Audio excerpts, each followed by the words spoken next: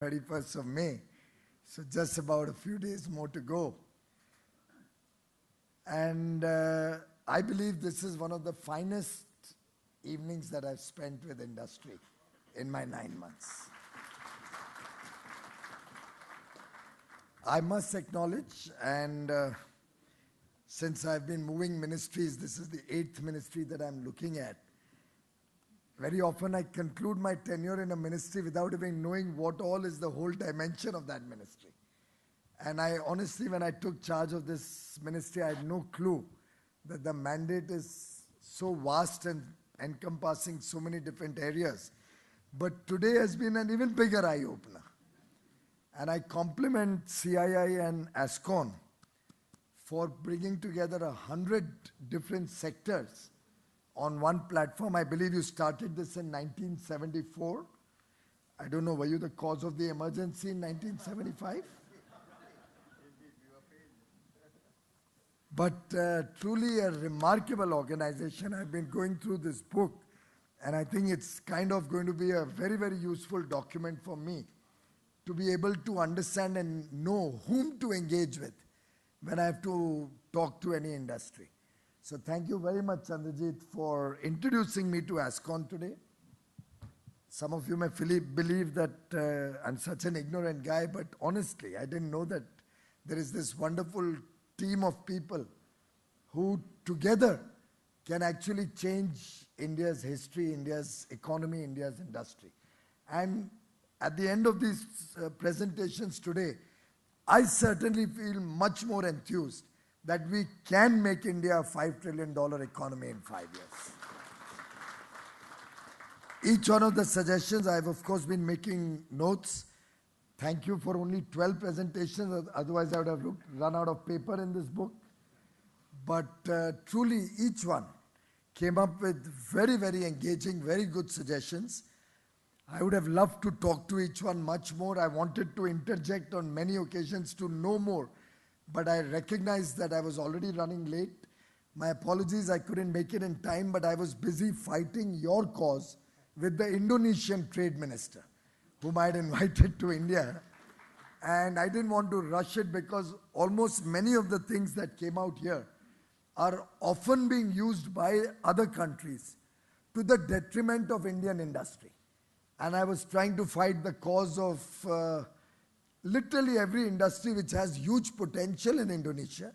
The textile sector, the auto sector, the pharma sector, bovine meat exporters, milk and milk products, services. There were so many sectors that I've covered with the minister today. And each one, as I saw, I've been wondering what we have been doing for so many years. How have we allowed such unfair trade practices against us while we open up the economy for the rest of the world? And therefore I took a little longer, but I didn't want to leave the job half done. And I can assure you, just like in the RCEP negotiations, India stood its ground. India's trade decisions, India's decisions on opening up our markets will rest on our imperatives for trade, not diplomacy. The same principle is going to be continued forward when we talk to any other country. India's interests will be paramount. Your interests will be paramount in any negotiations with it. And some of the thoughts that came out today, and I literally feel like responding to each and every one of this thought. I've of course asked Chandrajit to talk to all of the different associations and the presenters of different groups to bring in more documents or notes, what can be done, what needs to be done, and flesh out some more details. Of course, I can ask my colleagues in the government also to do that. But I promise you, there's not one person in any of the ministries that are working with me who probably would get more than 4 or 5 hours of sleep in a night. They're usually in the office till late in the night. And early morning, my first meeting today started at 8:30. Of course, it was a very pleasant meeting with Piyush Pandey. But there was an objective behind it because I want him to work on the Brand India campaign, which at least 3 of the presenters talked about today. The next meeting was with somebody about the InVITs and REITs which is going through a little bit of a uncertainty right now, which I'm sure the Honorable Finance Minister is engaged with the industry, and hopefully we'll find some resolution to that. But I can only assure each one of you, this is a government that listens to you, that wants to engage with you, that wants to work with you in partnership, that wants to find solutions which are durable, which are balanced across sectors, and which are, in some sense, collaborative in nature because of the huge interlinkages that each has with the other. For example, and I share this with a lot of agony, it's like they say, one man's meat is another man's poison. In every particular discussion that even we have had in the various sectors, there'll always be one element which will be to the detriment of another sector. So if cement has a high GST, it's not that cement gets impacted. Obviously, the construction sector is concerned about it. Somebody setting up a school or a college is concerned about it. So the school or college wants complete GST exemption. Healthcare is important. It certainly deserves GST exemption. And the list would go on. Tell me one sector which should not be completely exempt from taxes. When I only suggested, forget implementing, I just suggested to my officers, and in their super enthusiasm so that I don't catch them on the back foot or why they haven't acted, they even recommended it, that even Singapore doesn't allow cigarettes to come into the country. Why are we opening up duty-free import of cigarettes to our tourists or travelers? Singapore doesn't allow a single cigarette to come in duty-free. America also has 1 liter of liquor being allowed to come in duty-free when a passenger goes in. We allowed 2 liters. Just the mere suggestion got leaked to the press, and there was a hue and cry in the whole country against me. But in India, when we tax ITC and other manufacturers or the liquor manufacturers, over 100% tax, being a sin good. And on the other hand, we are going to allow duty-free import of cigarettes and spirits. For the life of me, I can't understand what's the logic. And why I give this example is, one man's meat is another man's poison. So each one says, when I come in, I want my 2 liters of liquor. That's very valuable and precious for me. But I want my healthcare to be free of GST. I want my education to be free of GST.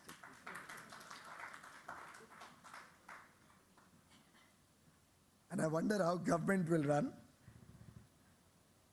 I wonder who will invest in infrastructure, who will create those roads and railroads that were just now spoken about by the lady who was talking about infrastructure on shipping and ports, Dr. Sujata Naik. I wonder who will help you bring down logistics costs to affordable levels. Certainly we can't include education in expenditure to 6% or anywhere near that. When everybody wants a 0% rating, forget zero duty, zero rating also. I'm not suggesting you don't deserve it. But does the country think nationally or does the country think individually? Take a case in point, Japan, Korea. While many of you were using neighboring country instead of saying China, another country, I'm happy to use names. I have no problem about it. In Japan and Korea, Indian steel mills cannot sell 1 kilo of steel. Japan says, Korea says, but government doesn't interfere. We allow free import of steel and we can't do anything about it. We have an FTA. Steel imports can come in zero duty. But not a single kilo goes. I asked Narendran of Tata, there are enough and more non-tariff barriers. And what's the non-tariff barrier? Not imposed by the government also. 5 companies control the entire steel import market. None of the users of steel will buy a single kilo of steel if it comes from India. Am I right, Mr. Narendran? That's the nationalist spirit they have. Try suggesting that to anybody in India. No government interference. I asked the DPIIT to impose a standard on toys manufacturing. Now, a standard will be applicable in India and internationally. The entire toys industry comes to my office and I'm getting representation after representation. Not to increase the duty on toys, not to impose standards on toys. A mere thing like putting agarbatti on the restricted list. I had hordes of representations, senior leaders coming to me and talking about removing a possible job being given to lakhs of poor people in the villages who could make agarbatti to protect a few people's interests who may have set up an agarbatti manufacturing plant in Vietnam to bring it in duty-free into India, causing lakhs of people to lose livelihoods. When I make an appeal to all of you, that why can't each one of us think of buying Indian? Why can't each one of us think of using some Indian goods? When the Honorable Prime Minister says it from the Red Fort on 15th August, I don't think it has an impact on anybody. But we want to sell our product. Why should I buy another fellow's product? I'll buy something from abroad which comes cheaper. So it's such a great story that when I'm listening to presentations the other day, I don't know which organization was presenting, and within the same presentation, they say the import of the products that they are making should be banned, and 3 slides later, they say the ban on another product, which is domestically manufactured in India, should be lifted so that their cost of production can come down. That is India for all of us. And I say this with agony. Will we all have some nationalist spirit or no ever? The gentleman who made the healthcare presentation was worried about the 5.5% cess on healthcare being imported. So you mean to say that we should not promote domestic manufacturing? What is that 5.5% going to go for? 500 million people getting free healthcare? If those 500 million people have to be given free healthcare, does that not open up the market to a huge demand, which you also said in that presentation? But where will the funding come from? Because healthcare should be zero GST. I want all of you to reflect on it. I believe every one of the suggestions you have made today, and I've asked him for copies of each one. Literally 90% of them, A, must be done, B, are doable, C, should be done fast. But it cannot be done without the collaboration of all of you, collectively as a team. We'll all have to collaborate with each other. We'll all have to work in partnership with each other. We have lost certain cases in the WTO to promote exports like the SEZ scheme, the MEIS scheme. A lot of people are very worried about it.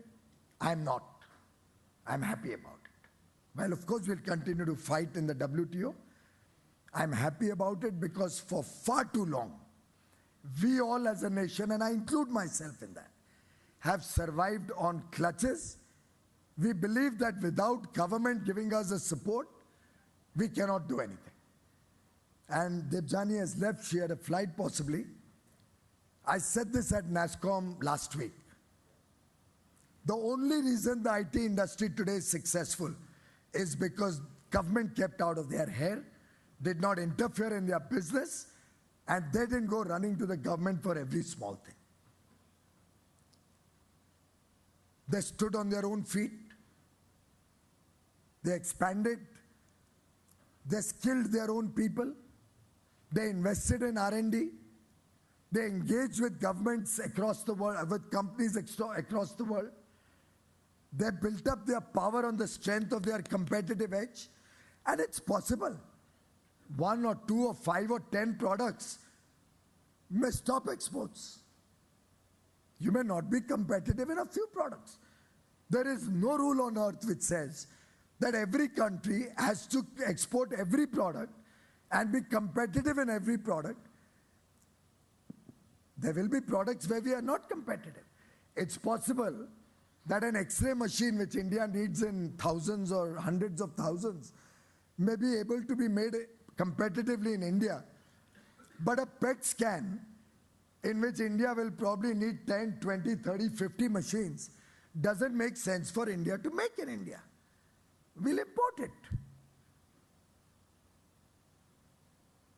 Every industry, every service, and I said this to Manik, the chairman of the Services Export Promotion Council.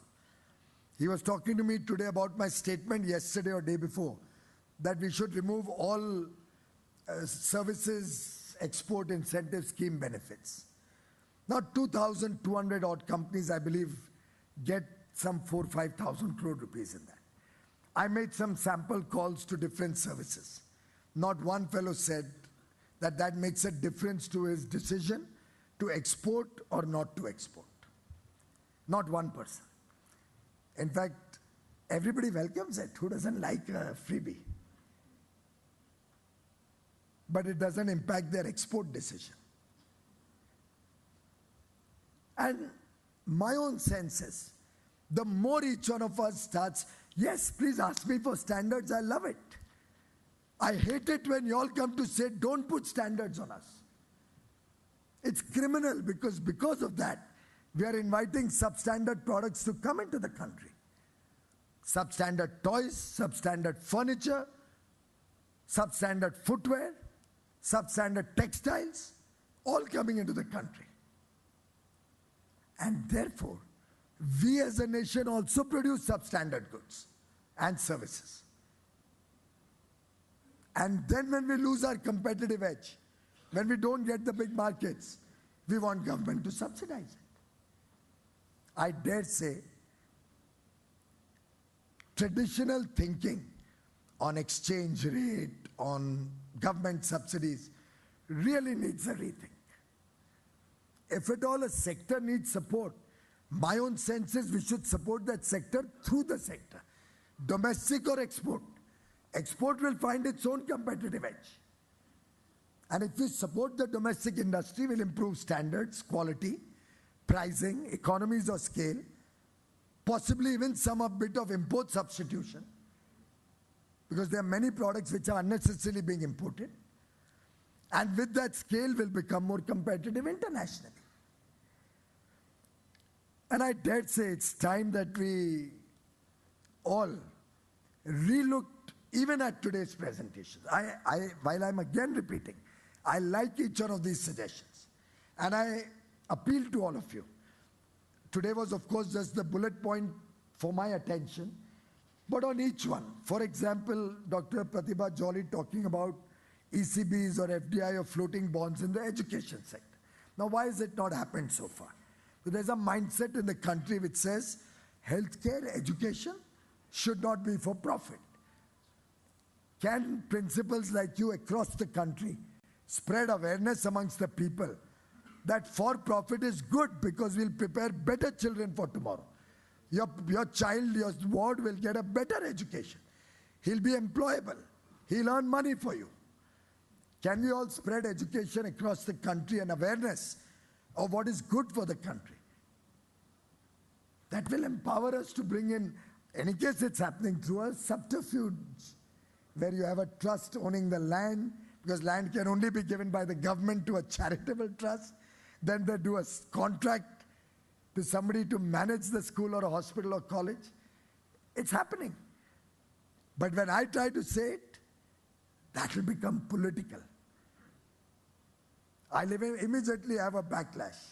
Oh, Modi ji is selling out education and healthcare to private sector to profit. Is that right? But can we all engage on that? The power in this room, the power of these 100 organizations spread across the length and the breadth of the country, can it also care for healthcare? Or should the infrastructure sector only focus itself on infrastructure? If it has 50 million people working in it, as 51 million as was said, can it talk to 51 million people how important it is that healthcare should also have a element of public-private partnership or engagement with the private sector to upgrade the quality? Can our different private sector companies get together and say that so far and no further, we will be Indian, we will support Indian industry, I'm willing to pay 2 rupees more for my product? Can Mr. Narendran say, I'll buy my electrodes from India? Can the electrode manufacturer say, I'll buy my graphite from India? Whatever, the chain will go on. Can the infrastructure companies or the auto companies say, I'll buy my steel from India? When we bring reciprocity in our arrangements with foreign countries, will you all support us or no? I've told all the ministries, it started with power, if the gentleman remembers. When we first realized that transmission companies from all over the world are coming and using India for business, but Indian transmission companies are not allowed in those countries. There's no bidding of those projects. And we immediately stopped those companies to bid in our transmission projects and informed DPIIT.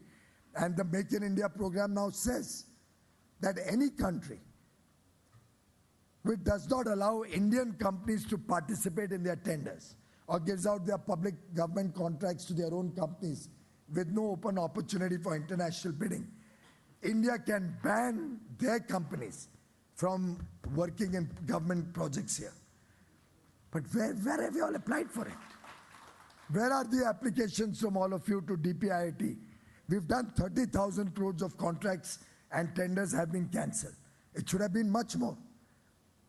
Is the consciousness there amongst all of us to stop those imports, to stop such companies from participating here? Or we feel, in my project, that Chinese company will come, I'll save 10%. At least let me do it. It's Mr. Goyal's problem to solve the rest of the country's problem. Is that the attitude today? What is it today, madam?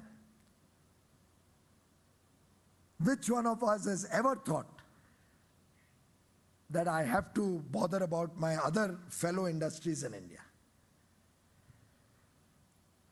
And a $5 trillion, to my mind, is not at all difficult. But it cannot be done by Mr. Modi alone or Ms. Nirmala Sitharaman alone. It will need our collective effort. I gave you the example of Japanese steel. It's not the government which does anything. It's industry which takes the lead. Why should this rule only be applicable for public procurement?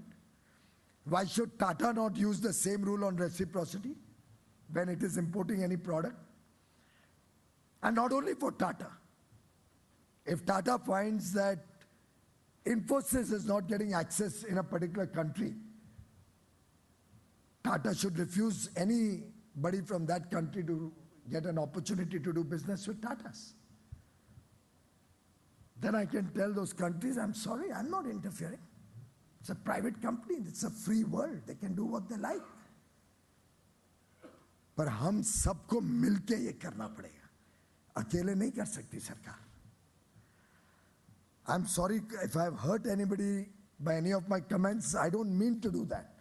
I'm only trying to reflect my agony that at the end of 9 months, and this is not the first engagement, many of you would have engaged with me on many occasions.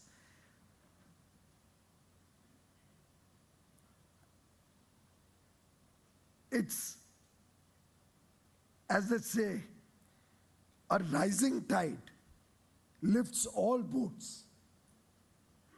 And today the Honorable Prime Minister has given us a target. Earlier we used to work with, chalta hai, desh to badega hi, aage chalega hi.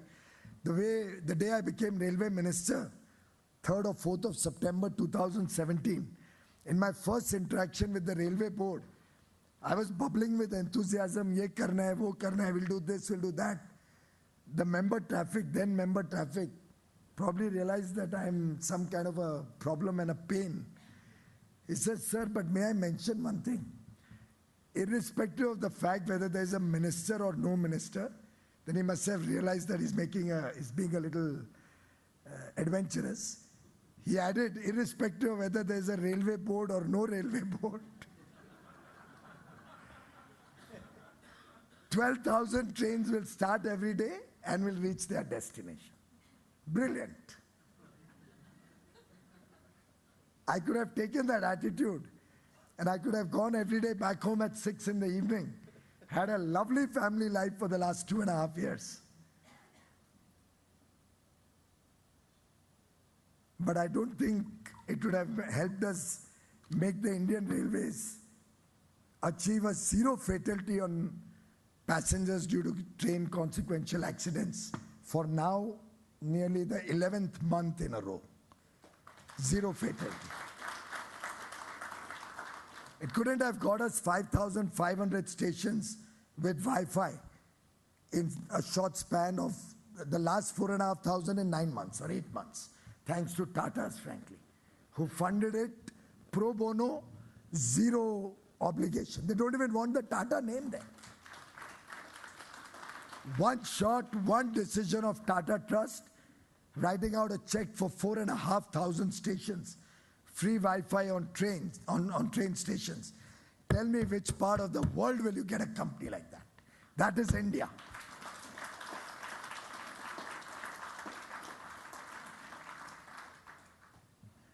We can do it, ladies and gentlemen. Together we can do it. We can use technology for social inclusion. We can use our collective effort to bring about change in each one of our business areas or lines of business. You want standards? I wish to give you standards. Help me with drafts, help me with suggestions. Do the international comparison. जैसे कहते हैं ना, बनी बनाई खिचड़ी लेके आओ, खाना जल्दी पक जाएगा. अगर इंडिगो में ट्रैवल करते हैं, तो they give you that meal, right? Everything is pre-cooked, everything is ready. She just puts in the water and you have your meal in 5 or 7 minutes. Vistara too.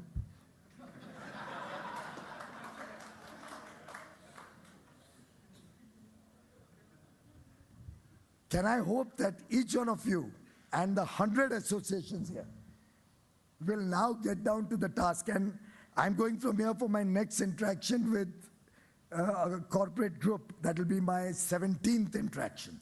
And I'm planning to take it further. Every alternate day I'm meeting one group to understand all the businesses that they are in. I've done it with the Tatas, many other companies, Mahindras. I'm losing track now. So many of them have been coming in, and it's a continuous process where all the ministries related to that group come in.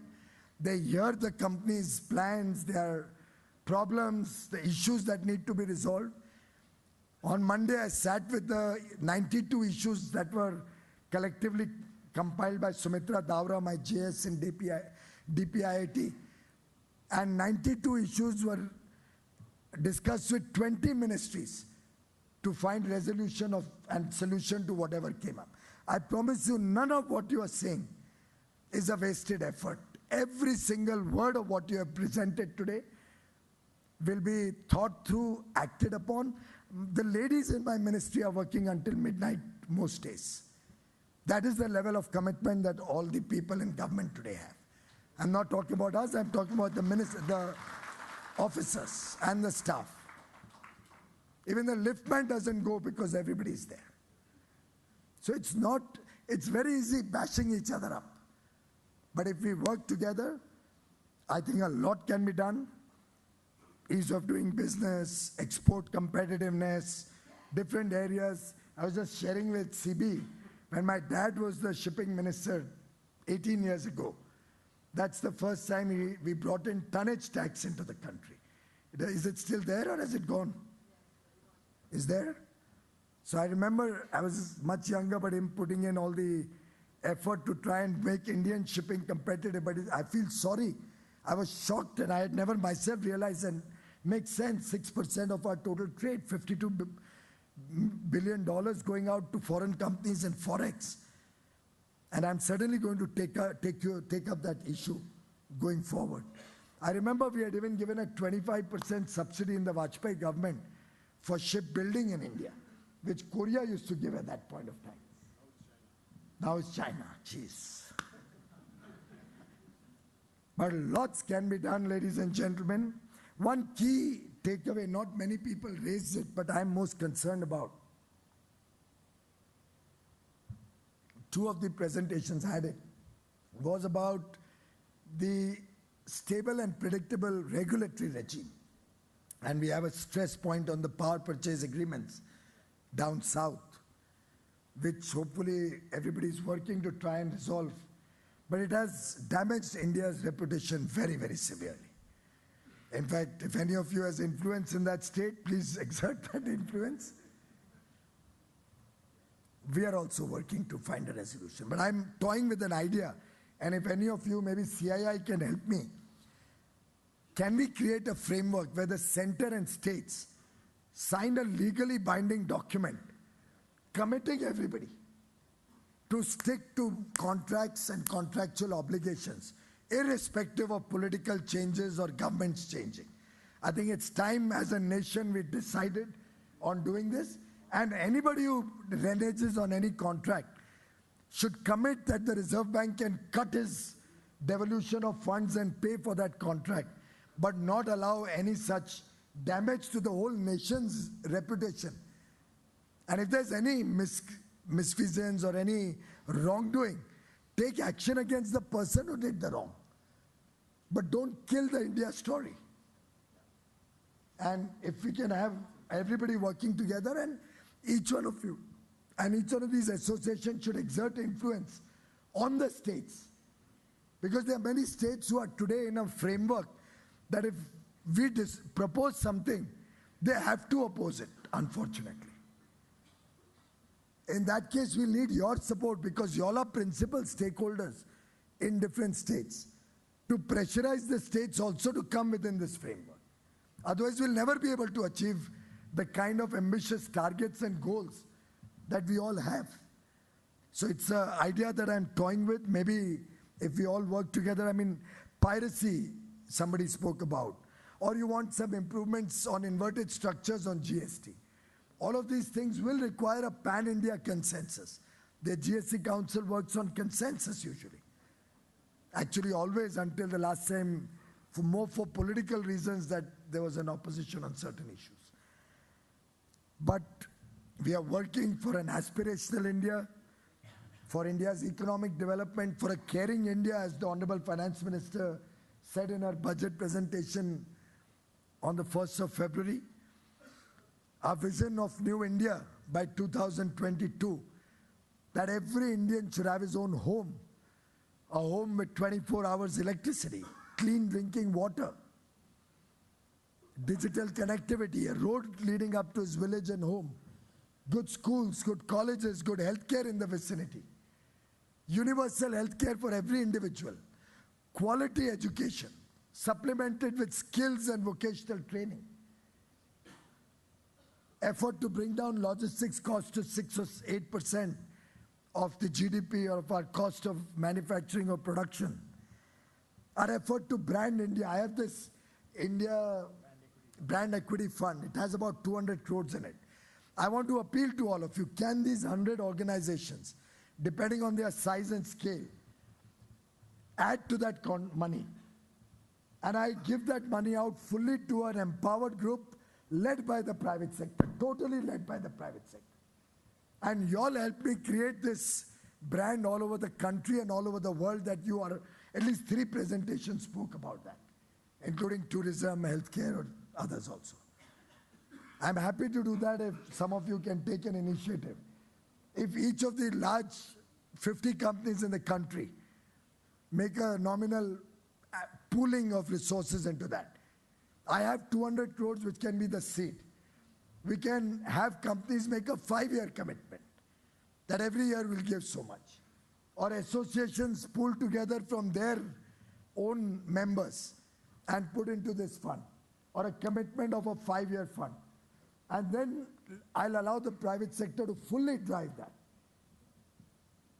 And I'll arrange that we make a presentation to the Prime Minister, led by the private sector, on how we will brand India going forward.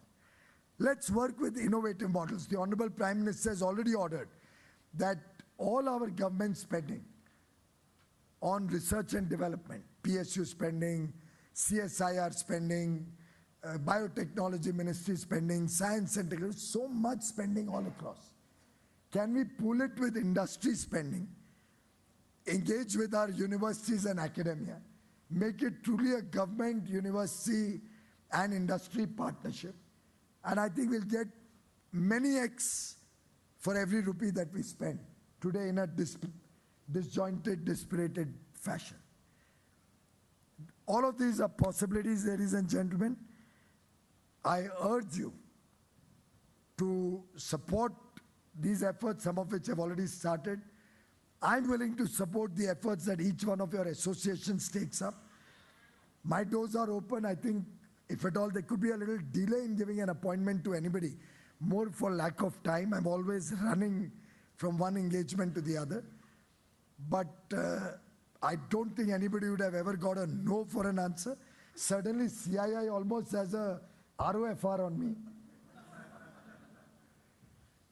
And there have been occasions, Chandrajit, where you've given me a 24-hour notice and I've come. But I want to be engaged with you. I want to work with you in partnership. Today, the 20th of February, is a landmark day which none of us will ever forget. 202020. He says it comes after 130 years. Can we make this the beginning of a new partnership between Indian private sector and Indian government to work together? Today also is the World Day of Social Justice by the United Nations. And the theme is closing the inequalities gap to achieve social justice. After all, when we achieve a $5 trillion economy, which would mean a per capita income of about $3,500 to $4,000, on a PPP basis, which would mean $8,000 or $9,000. It's the cusp after which economies really bloom and blossom. Because there's consumer spending, there's surplus incomes, disposable money to be invested. It'll be the cusp from where India can take off. Can we all commit ourselves to be stakeholders, to be partners in this vision, to work in the spirit of collaboration? And as Linda Lambert had said, one good conversation can shift the direction of change forever. Can today's conversation be the harbinger of change for India's future, for the destiny of 1.3 billion Indians? Can we all pledge ourselves to working in this spirit of, I may use the word Swadeshi, some of you may not like it, but I'm proud of that word because Mahatma Gandhi gave us that word. The fulcrum of the independence movement started with his call to Swadeshi. Can we all imbibe that spirit of Swadeshi and free India once again, this time from the shackles of social injustice, poverty, inequity, and make India truly a caring society, a happy society, a society or a country of 1.3 billion happy and satisfied Indians. Thank you very much.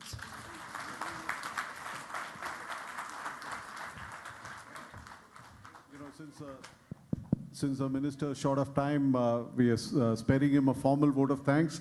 But thank you, sir. I think you've always been deeply engaged. I think many of us have been in multiple sessions with him, always engaged, willing to spend a lot of time, provocative, pushes back when required, and makes us think. But thank you so much for your commitment and the team and your team for the time that they've spent with us. Thank you. And all the associations who spend the whole day with us, thank you very much for all this.